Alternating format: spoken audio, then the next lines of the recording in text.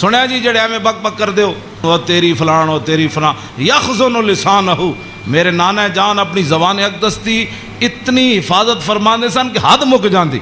الا فیما یعنی، فرمایا میرے نانا جان زبان اقدس اسے ویلے کھول دے سن جدی ضرورت پوندی۔ اس تو علاوہ میرے نانا جان جڑا زبان اقدس حضور